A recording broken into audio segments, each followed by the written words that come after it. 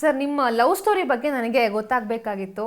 ಏನೋ commissioner office ಏನೋ ಸ್ವಲ್ಪ ಹಿಂಟ್ ಸಿಕ್ಕಿತ್ತು. ಮ್ಯಾಮ್ ಅಂದರೆ ನನ್ನ ವೈಫ್ ಇನ್ನೂ ಅವಾಗ 18 ಕಂಪ್ಲೀಟ್ ಆಗಿಲ್ಲ ಮ್ಯಾಮ್. ಒಬ್ಬರೊಬ್ರು ಇಷ್ಟಪಡ್ತಿದ್ವಿ.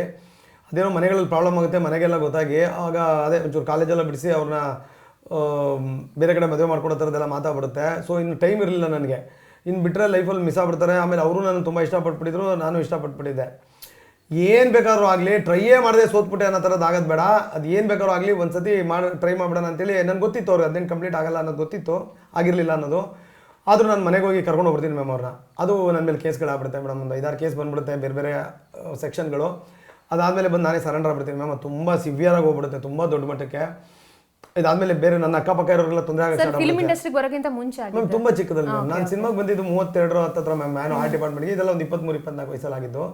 ಸೊ ಅದಾದಮೇಲೆ ಲೀಗಲ್ ಪ್ರೊಸೀಜರ್ ಏನಿದೆ ಅದ್ರ ಪ್ರಕಾರ ನಾನು ಜೈಲಿಗೆ ಹೋಗ್ಬೇಕಾಗಿ ಬರುತ್ತೆ. ನಾನು ಜೈಲಿಗೆ ಹೋಗ್ತೀನಿ, ಒಂದಷ್ಟು ಜನ ಜೈಲೆಲ್ಲ ಹೊಡಿತೀನಿ. ಅದಾದಮೇಲೆ ಬೇಲ್ ಆಗುತ್ತೆ, ಏನು ಪ್ರಕ್ರಿಯೆ ಇದೆ ಹಂಗೆ ಬೇಲ್ ಮೇಲೆ ಆಚೆ ಬರ್ತೀನಿ. ಕೇಸಲ್ಲೇ ಇರ್ತೀನಿ, ಕೇಸ್ ನಡೀತಿರುತ್ತೆ. ಮತ್ತು ನನ್ನ ವೈಫ್ಗೆ 18 ಕಂಪ್ಲೀಟ್ ಎಲ್ಲ ಆಗಿರುತ್ತೆ. ಬಟ್ ನನಗೆ ಅವ್ರು ಹೆಂಗೋ ಏನೋ ಈಗ ಬರ್ತಾರೋ ಇಲ್ವೋ ಆ ಸತಿ ಏನೋ ಧೈರ್ಯ ಮಾಡಿದಂತ ಆದರೂ ಒಂದು ನಂಬಿಕೆ ಇದ್ದೇ ಇರುತ್ತೆ ಮ್ಯಾಮ್ ನನ್ನ ವೈಫ್ ಹಂಗಲ್ಲ ಅಂತ.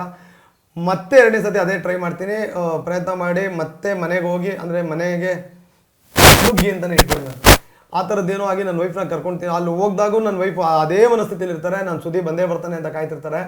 ಮತ್ತೆ ಅಲ್ಲಿಂದ ಹೋಗಿ ಪಟ್ಟಂತ ಪ್ಲಾನ್ ಎ ಪ್ಲಾನ್ ಬಿ ಕೊಂಡಿರ್ತೀನಿ ಮ್ಯಾಮ್. ಎಲ್ಲವೂ ಓಕೆ ಆಗಿ ನನ್ನ ವೈಫು ಬರ್ತಾರೆ ಅಂದರೆ ಪ್ಲಾನ್ ಎ ಫಸ್ಟ್ ರಿಜಿಸ್ಟರ್ ಆಫೀಸಲ್ಲಿ ಮದುವೆ ಆಗಬೇಕು ಅಂತ ಅಲ್ಲೊಂದು ಟೀಮ್ ನಂಗೆ ಹುಡುಗರು ತುಂಬ ಇದ್ರು ಮ್ಯಾಮ್. ನಾನು ಬೆಳೆದಿದ್ದ ಏರಿಯಾ ಕೆಂಪಾಪುರ ಅಗ್ರಹಾರ ಮ್ಯಾಮ್, ಮಾಗಡಿ ರಸ್ತೆ.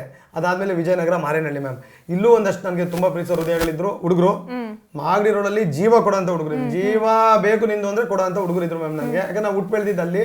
ಅದು ಒಂಥರ ಬೇರೆ ಥರ ಮನಸ್ಥಿತಿ ಇರೋ ಅಂಥ, ಅಂದರೆ ಅಲ್ಲಿ ಸ್ನೇಹ ಅಂದರೆ ಜೀವ ಕೊಟ್ಬಿಡ್ತಾರೆ ಮ್ಯಾಮ್. ನಾನು ಬಿಗ್ ಬಾಸ್ ಮನೇಲಿ ಒಂದು ಹೇಳಿದ್ದೆ, ಇವನು ಸಾಯ್ತಾನೆ ಅಂತ ಗೊತ್ತಿದ್ರು ದುರ್ಯೋಧನ ಹಿಂದೆ ಕರ್ಣ ಬರ್ತಾರೆ.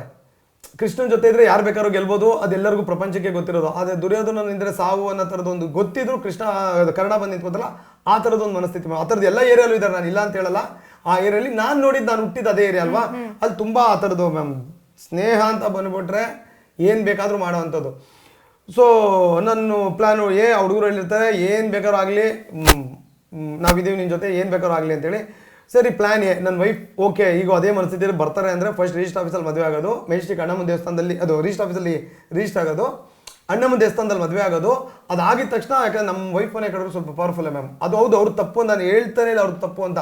ಇವತ್ತು ನನ್ನ ಮಗಳಿದ್ರೆ ನಾನು ಅದನ್ನೇ ಯೋಚನೆ ಮಾಡೋದು ಮೇಡಮ್. ಯಾರೋ ಒಬ್ರು ಅವ್ರೇನೋ ಸಾಕಿ ಬೆಳೆಸಿ ತುಂಬ ಅನುಕೂಲಸ್ಥ ಮನೆಯವರು, ನಮ್ಮ ಮಿಸಸ್ ಮನೆಯವರು, ನನ್ನ ಮಗಳನ್ನ ಹಿಂಗೆ ಮದುವೆ ಮಾಡ್ಕೊಡ್ಬೇಕು, ಹಿಂಗೆ ಓದಿಸ್ಬೇಕು ಎಲ್ಲ ಇದ್ದು ಪಾಪ ಓದ್ತಿದ್ಲು ನನ್ನ ವೈಫು. ಇವತ್ತು ನನಗೂ ಅದೇ ಥರ ಯೋಚನೆ ಮಾಡೋದು, ನನಗೂ ಮಗ ಇರೋದ್ರಿಂದ ಅಲ್ಲಿಂದ ಅಂದರೆ ಏನು ಬೇಕಾದ್ರೂ ಆಗ್ಬೋದು. ಸೊ ಕಮಿಷನರ್ ಆಫೀಸ್ಗೆ ಹೋಗೋದು ಇಷ್ಟು ತಲೆಯಲ್ಲಿತ್ತು ಮ್ಯಾಮ್.